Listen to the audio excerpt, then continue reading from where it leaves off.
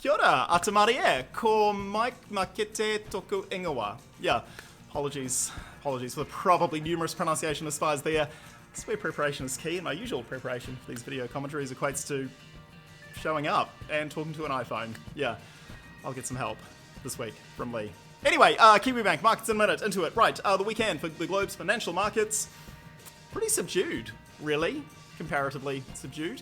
Still with a bit of chop in between though. So equity markets, they were mixed, mild skew to the upside. Industrial commodities, they were the same, mild skew to the upside. Gold, mild skew to the negative, which, you know, like makes sense. Stocks, traditional risk asset, a smidge higher on the balance. Gold, traditional safe haven, a smidge lower. A smidge in this instance is about 0.3% or 30 basis points. Same thing, yeah. Currencies, a little bit more movement there, though within reasonably defined ranges. The yen and the dollar, they were a smidge off the pace. Again, traditional safe havens going backward by, conveniently, about 30 basis points on the day. Yeah.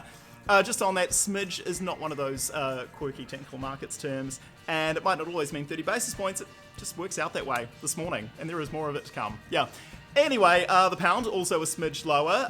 Brexit and data weighing there. The Kiwi, the Euro, the Aussie, yeah, all about a smidge higher. Circa 0.3% gains and losses everywhere. Gains for the Euro, the Kiwi, and the Aussie.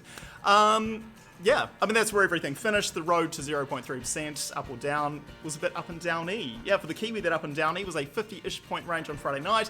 Support near 66.4, resistance near 66.9, and we closed near the middle of that range.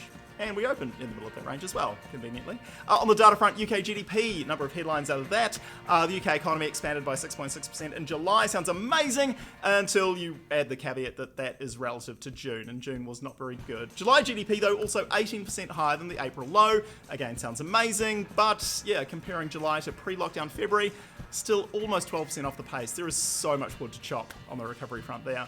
Also on data, US inflation is tracking along at 1.7% year on year for August. It's not too shabby, but no one really cared because the Fed have made it pretty clear that they don't really care. Yeah, so quick refresher, rather than 2% being an inflation target, the Fed now view a 2% average as their price stability goal. So if you're running a bit under, you need to run a bit over to catch up on the balance. Yeah, in short, I guess at the moment, inflation data probably isn't informing central bank policy setting decisions. So it's still interesting, just not as meaningful or market moving as it used to be. Yeah, much like these video commentaries. Yeah. Okay, that's it. If you're looking for more specific detail on the week ahead, or the week that's been, first view from Kiwi Economics that is being shipped out to inboxes later this morning. Have a great day. Kia pai tō rā.